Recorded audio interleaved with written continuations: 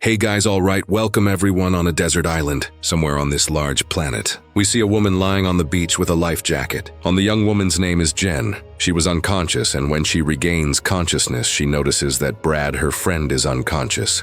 She runs to him, and upon turning him over, sees a piece of coral embedded in his stomach, barely alive. Jen, terrified, screams for help, but there's no respon. She takes off her backpack and life vest and then drags Brad further away from the water. Jen then removes the coral from her friend's belly and uses her scarf to press against the wound. She then ventures into the nearby woods, finds a coconut, opens it with a rock, and hurriedly returns to Brad, pouring the coconut water into his mouth, only to find that he has already died holding his face. She calls for him, but her friend is gone, leaving her devastated. The island where Jen and Brad are stranded has a small strip of beach surrounded by dense forest. Jen, in grief, walks around the island, completing his circle and returning to Brad's body. She then enters the jungle, reaching a clearing, where she sees a bag hanging from a tree and a red cooler. Excited, she calls out again, hoping to see someone, but no one answers. Jen examines the bag's contents and, seeing a medicine with the date of 1994, realizes that whoever was there before her was long ago in the cooler. She finds some bottles of Coca-Cola, but soon leaves it behind, moving on to find a thermos and a small metal box. Inside the box, she finds a deck of cards, a pack of matches, and other items. She also discovers an abandoned tent covering a backpack containing an old Game Boy, a car radio, a book, and a teddy bear. When Jen returns to the beach, she hears a sound from a hollow tree and investigates, finding it's a tropical bird. She gathers some leaves to cover Brad, and looking around sees nothing but with sand and ocean. That night, there's heavy rain, and she seeks shelter under some leaves using a jacket for cover. The next morning, she catches some small fish stranded on the beach, picking them up. She sees a dead shark split in half with deep marks on its body. Jen stares at the sea, wondering what could have caused such wounds. She tries to clean the fish using a flat stone as a knife. It's a difficult task, but she eventually gives up and returns to the cooler, sitting down with her belonging. She opens her diary and finds that the water has erased all the ink inside. Jen sees a photo of her and her boyfriend in the jungle. Jen finds another clearing where she sees a burial site for 3 people who had been there long before her,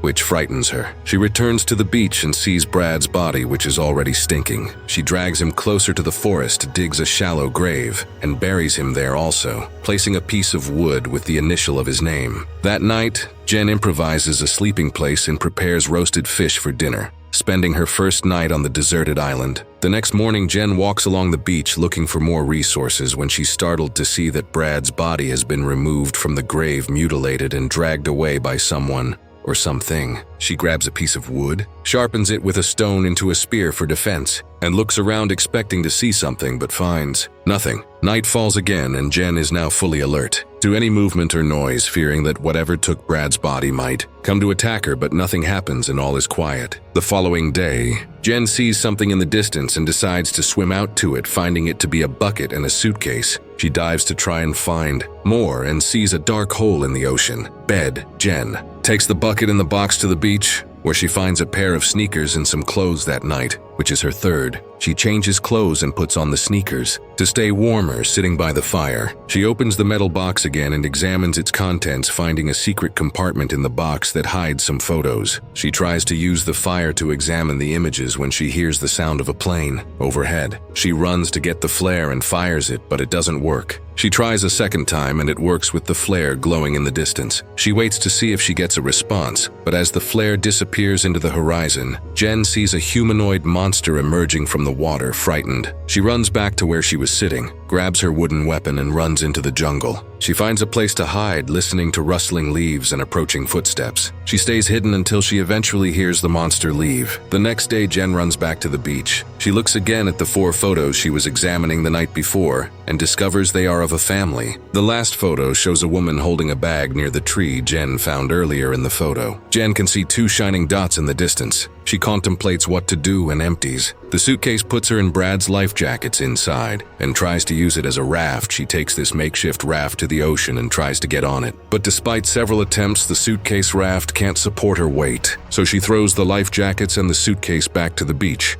That night, Jen uses the hollow tree as her sleeping place, keeping her weapon close in case the monster returns at some point during the night. Jen is sleeping inside the trunk when she hears the monster arrive. She tries to stay quiet as the beast approaches and rolls the trunk with Jen inside, but she makes no noise luckily. The terror doesn't last long and it ends with the thing going away. The next morning, a frightened Jen comes out of the trunk and manages to catch a small shark, using some little fish as bait. She then uses the shark as bait for the monster that night, which is already the fifth, while hiding in a place where the hanging shark is within her line of sight. She watches hoping the monster will just take the shark and go away without wanting to go. After her, Jen closes her eyes for a short time at some point, and when she opens them, the shark has already disappeared. The next morning, Jen examines the worn ropes and while sharpening her weapon sees something in the distance. It's a body floating in the water. She goes up to the body and discovers it's a man cut in half with a mutilated face. Jen then hangs the body in the same way she did with the shark. On the sixth night, Jen is sitting in her hiding place watching the monster knock down the body and take it to the ocean. She hears the sound of an airplane engine, but is still contemplating what to do when she sees the monster's feet nearby. But she manages to stay quiet until the monster moves away. The next morning, Jen prepares a tarp to improvise a high net in the trees, believing that she will be able to rest without being seen by the creature.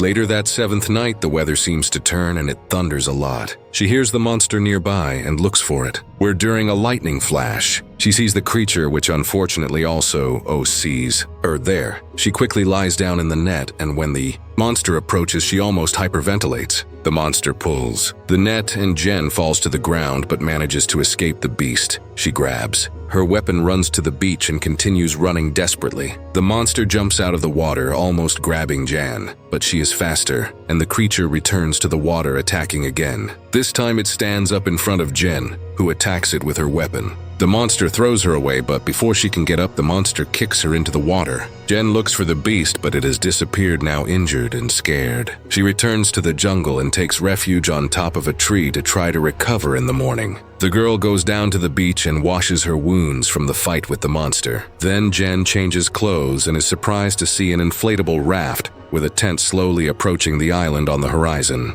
Not believing what she sees, she swims towards the raft and finds two other survivors from the shipwreck, her boyfriend Lucas Griffin and her friend Em Reed. When they reach the beach, Jen can hardly believe her luck and immediately throws herself into her boyfriend's arms. Lucas reassures her, saying that now everything will be all right after a while. The girl prepares breakfast for Lucas and Mia and pleases them with a 20-year-old soda. They admire the beauty of the island, but Jen warns about the danger lurking beneath the waters. Lucas asks the girl to calm down and affectionately calls her dear. She tells her friends about the sea monster and the black hole in the ocean floor where it drags its victim, seeing that her closest people don't believe her. Jen talks about Zach, whose mutilated body was eaten by the monster. Hearing the name of their friend, Lucas and Mia exchange embarrassed glances. Jen vividly describes all the horror she experienced those days and shows a photo of the deceased family that reveals the shining eyes of the monster. Despite all her arguments, Lucas and Mia remain skeptical. Although Mia believes there are graves on the island of the family that lived here, she wonders who buried them. They suggest that Jen calm down and wait for Brad or anyone else to arrive on the shore. After all, the current takes everyone to this island. Jen tells Mia that Brad, who was her boyfriend, didn't survive the shipwreck, and the monster dragged his body underwater. Mia walks away from her friends in tears, trying to comprehend her loss. After some time, the friends are alone on the beach. Mia stares blankly at the calm surface of the water and tells her friend how scared she was to be in the middle of the vast ocean. She counted each of her days as if they were her last, thinking and going crazy with the silence on the raft. Jen is sure that it is better to risk it on the raft in the ocean than to end up here devoured by the monster. But her friend disagrees. Lucas also had difficult moments in the last few days and is in no rush to return to the water. However, Jen intends to leave the island before nightfall. She suggests sailing west because that is the direction the planes fly, so there might be people living there. After that, she asks the young man to give her a pocket knife in order to get as much food as possible before leaving. When opening the pocket knife, the girl finds traces of red liquid on it. She realizes that something terrible happened on the raft and that Lucas and Mia are hiding the truth from her. After gathering food alone for the week, Jun returns to her friends who are strangely faltering in the scene. They inform her that they are too exhausted to swim again. They think that any scary monster that lives on the island should not be more dangerous than floating on a raft in the open ocean. Instead, they suggest building a fire on the beach and waiting for the planes to appear. But Jen maintains her position. She tries to convince her friends to get into the lifeboat and escape before nightfall, but Lucas explodes at her and refuses to go without the support of her closest friends. The girl goes to swim while in the water. She devises a cunning plan after waiting for her boyfriend and Mia to let their guard down. Jen puts the prepared supplies in a container and then launches the inflatable raft into the water, making a daring attempt to escape without the two of them. The couple realizes this and starts chasing the girl. Jen tries to get away from them and pushes Mia several times with her feet. Eventually, Lucas manages to throw his girlfriend out of the raft, and Mia immobilizes her, hitting her head with an oar. Jen regains consciousness. When it's already dark, she is tied to a tree to prevent her from making another escape attempt. Mia informs that the island is safe and that they haven't found any monsters since it got dark. Mia apologizes for hitting her friend with the oar, but Jen doesn't want to hear anything and asks to be released. Mia still refuses to believe her friend's stories about the sea monster, as Jen often deceives people close to her before and lost their trust long ago. After a round through the jungle, Lucas joins the girls. He assures that he hasn't found any monsters there, but Jen is disturbed and once again says that the monster appears in the water, not in the jungle. Mia decides to leave the couple alone and goes for a walk on the beach. She is horrified to find the mutilated remains of a fish in the sand. A conversation arises between Lucas and Jen in which the guy first tries to comfort his girlfriend and then decides to say everything he thinks about her while he was having fun on the yacht with his best friends. Jen was not happy. He thinks that the girl brings him nothing but unhappiness and wants to ruin everything again, deciding to leave the safe island. Jen once again tries to appeal to the guy's mind and asks him to release her, but Lucas refuses to do so. He tries to humiliate the girl and reminds her that he completely supports her. The guy is convinced that even if she manages to leave the island alone without his help, she will become helpless and useless to everyone. Lucas then scolds Jen for wanting to escape the island, leaving him without food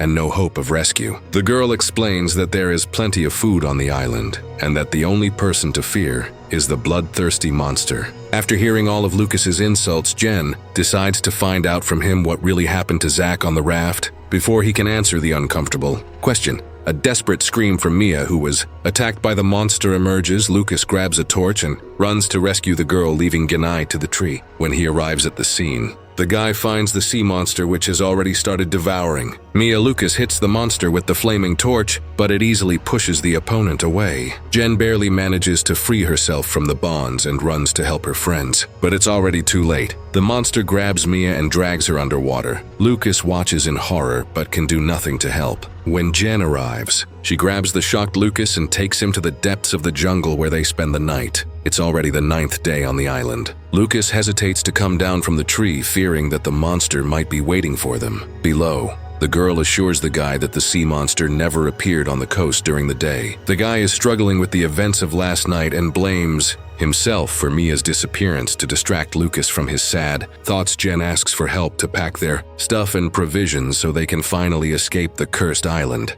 The girl fishes some fish with a spear and spends her last matches cooking, and decides to make one more walk to the camp before leaving in order to collect all the necessary items. She then picks up the expired pill container again and holds it thoughtfully, listening to the silence of the island. Eventually, she and Lucas load their belongings onto the raft and launch it into the water. Once inside, Jen discovers that everything inside is flooded with a red liquid, presumably Zach blood. The girl looks apprehensively at her boyfriend but hesitates to uncover the truth. The guy rows away from the coast and they start moving west, where they can be detected by passing planes. But then Lucas notices something moving underwater moments later. The sea monster jumps and attacks them. Lucas and Jen barricade themselves inside the raft, but the monster continues attacking from all sides. They are very scared, as they were convinced that the monster only appeared at night. The sea monster breaks the bottom of the raft and tries to grab Jen, but she pushes it away with her feet. Lucas shoots several times at the monster's head with his flare gun and pushes it into the water. With a spear, water starts coming in through the hole in the bottom of the raft. There's a brief silence, after which the sea monster drags Jen underwater in broad daylight. The creature looks like a giant mix of a shark and a humanoid. It drags Jen slowly towards a black hole on the ocean floor, but the girl, overcoming her terror, remembers the pocket. Knife Jen wounds the monster with it, and it swims away from her bleeding black fluid suddenly. The sea monster's attention is drawn to Lucas, who dives into the water to save his girlfriend. The monster quickly swims up to the guy and grabs him. Lucas tries to defend himself with his spear, but the monster drags into the black hole powerless. Jen can do nothing to help. She emerges from the water and screams in despair with no choice. She has to return to the island, where the torn raft is carried by the current. The girl struggles to light a fire and leaves a last message in her diary. In it, she recounts what happened on the island and shares her experiences with the monster. She hopes the message will help all the shipwreck survivors who may be cast ashore after her. In case she can't handle the creature alone, Jen decides to confront the sea monster and starts preparing for the final battle. She sharpens tree branches and unearths bones from graves to make sharper weapons. At night, the monster goes out to hunt again. Jen lures it into a circle of dry sticks and grass and then sets it on fire. The monster looks confused, trying to find a way out of the trap, taking advantage of the moment. The girl comes out from behind cover and attacks first with her spear. She grabs more sharp sticks and tries to attack the monster again, but it throws her away. Jen doesn't give up and keeps attacking the monster, desperately trying to stick as many spears as possible into its recent wound. After a fierce confrontation, the girl tries to crawl to her weapon, but the monster grabs her with a huge paw, squeezing Jen's head, intending to crush her skull. Despite the desperate situation, the girl manages to pull out a small piece of wood and pierces the chest of the sea monster several times with it. Both are severely injured, but the monster keeps pursuing Jen to the shore. The girl stops, ready to attack the monster again, but it collapses exhausted from its injuries. The girl destroys the creature, piercing it with her spear, and then decapitates its lifeless body. Fortunately, the terrible night turns into dawn. We in here seeing Jen limping towards the raft, carrying the head of the monster as proof of what happened to her on that cursed island, which is now in flames, and fortunately this will be her salvation, being a signal for someone to see from afar.